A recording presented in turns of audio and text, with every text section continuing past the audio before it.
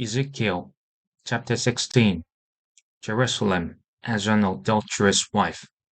The word of the Lord came to me. Son of man, confront Jerusalem with her detestable practices and say, this is what the sovereign Lord says to Jerusalem. Your ancestry and birth were in the land of Canaanites. Your father was an Amorite and your mother a Hittite. On the day you were born, your cord was not cut, nor were you washed with water to make you clean, nor were you rubbed with salt or wrapped in clothes. No one looked on you with pity or had compassion enough to do any of these things for you. Rather, you were thrown out into the open field, for on the day you were born you were despised. Then I passed by, and saw you kicking about in your blood. And as you lay there in your blood, I said to you, live. I made you grow like a plant of the field. You grew and developed and entered puberty. Your breasts had formed, and your hair had grown, yet you were stark naked. Later I passed by, when I looked at you and saw that you were old enough for love. I spread the corner of my garments over you, and covered your naked body. I gave you my solemn oath, and entered into a covenant with you, declares the sovereign Lord, and you became mine.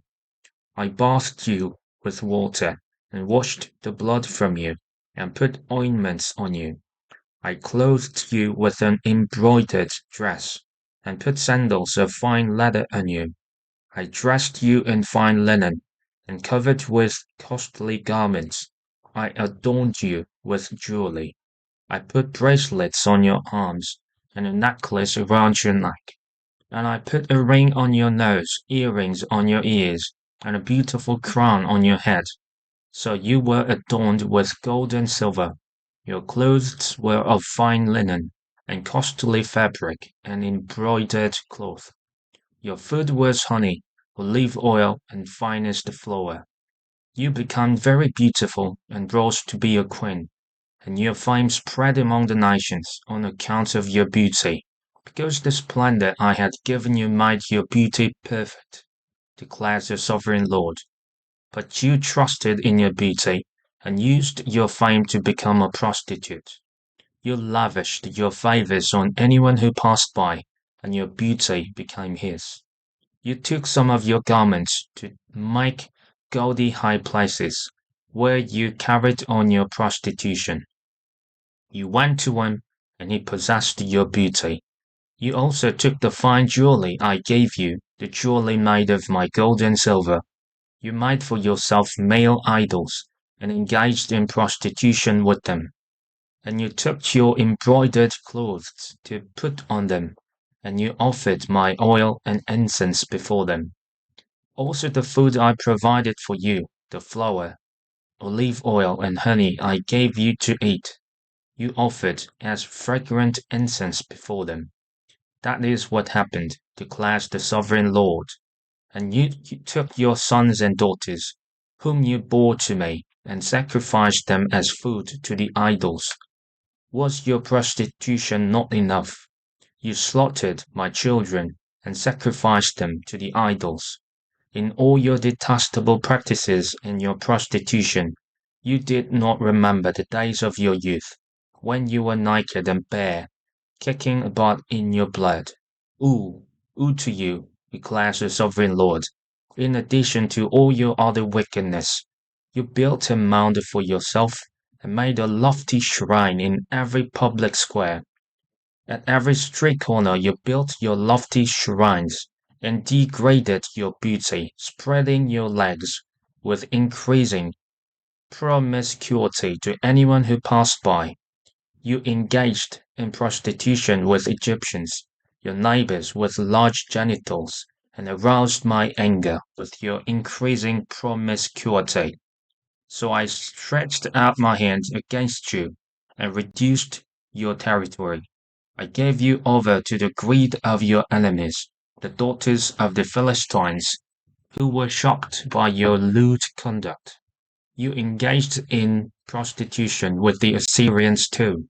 because you are insatiable, and even after that you still were not satisfied. Then you increased your promiscuity to include Babylonia, a land of merchants, but even with this you were not satisfied.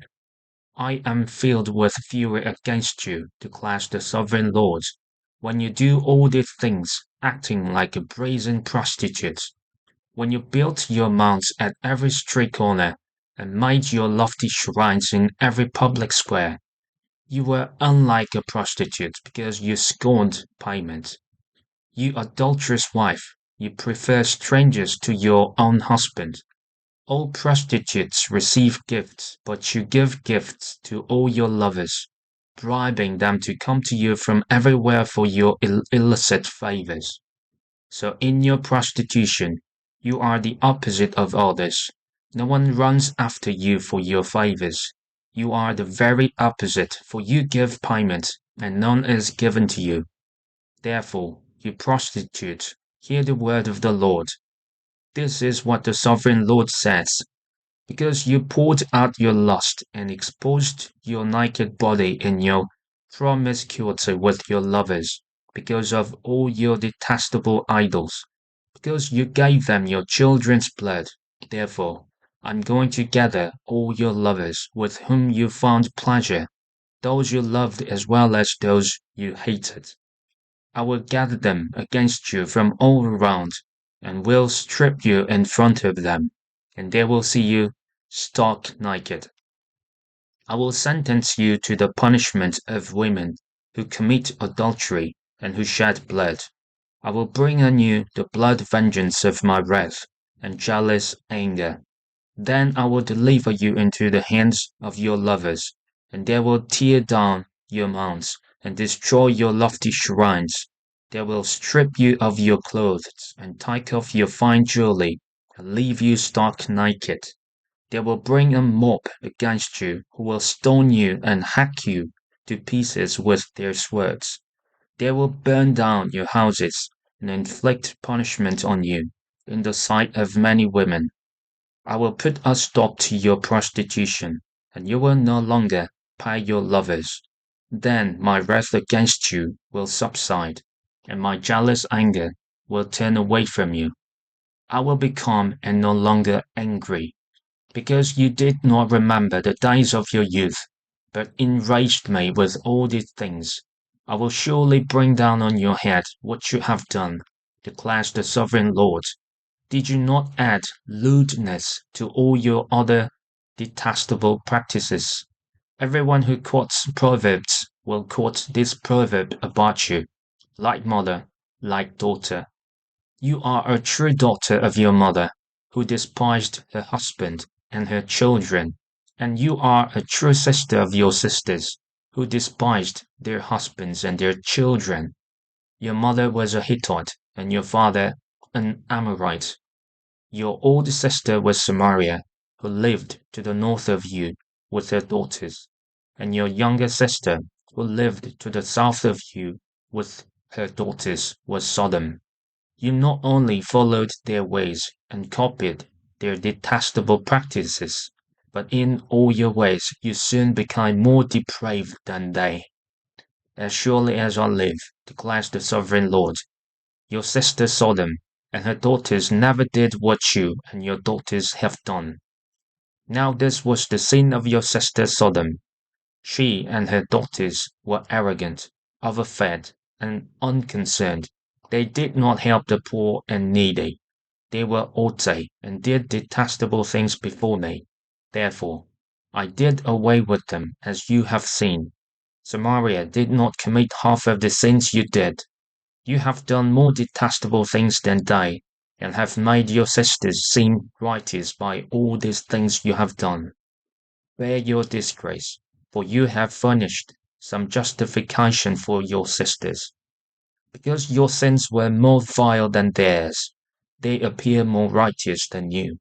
So then be ashamed, and bear your disgrace, for you have made your sisters appear righteous. However, I will restore the fortunes of Sodom and her daughters, and of Samaria and her daughters. and your fortunes along with them, so that you might bear your disgrace and be ashamed of all you have done in giving them comfort. And your sisters Sodom with her daughters and Samaria with her daughters will return to what they were before, and you and your daughters will return to what you were before. You would not even mention your sister Sodom in the day of your pride, before your wickedness was uncovered. Even so, you are now scorned by the daughters of Edom, and all her neighbors and the daughters of the Philistines, all those around you who despise you. You will bear the consequences of your lewdness and your detestable practices, declares the Lord. This is what the sovereign Lord says. I will deal with you as you deserve, because you have despised my oath by breaking the covenant. Yet I will remember the covenant I made with you in the days of your youth, and I will establish an everlasting covenant with you. Then you will remember your ways and be ashamed when you receive your sisters, both those who are older than you and those who are younger. I will give them to you as daughters, but not on the basis of my covenant with you. So I will establish my covenant with you, and you will know that I am the Lord. Then, when I make atonement for you, for all you have done, you will remember and be ashamed, and never again open your mouth because of your humiliation, declares the sovereign Lord. Ezekiel chapter 17.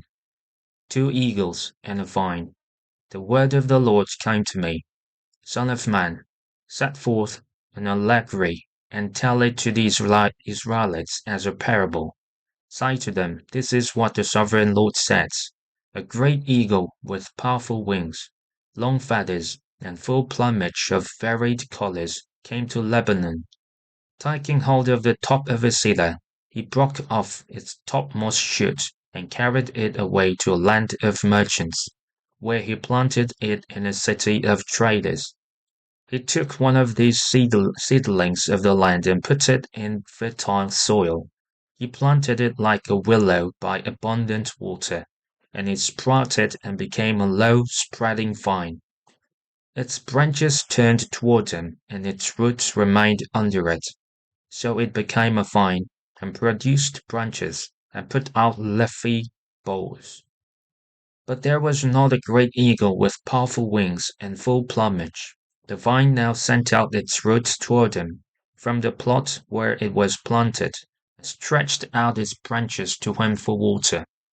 It had been planted in good soil by abundant water, so that it would produce branches, bear fruit, and become a splendid vine.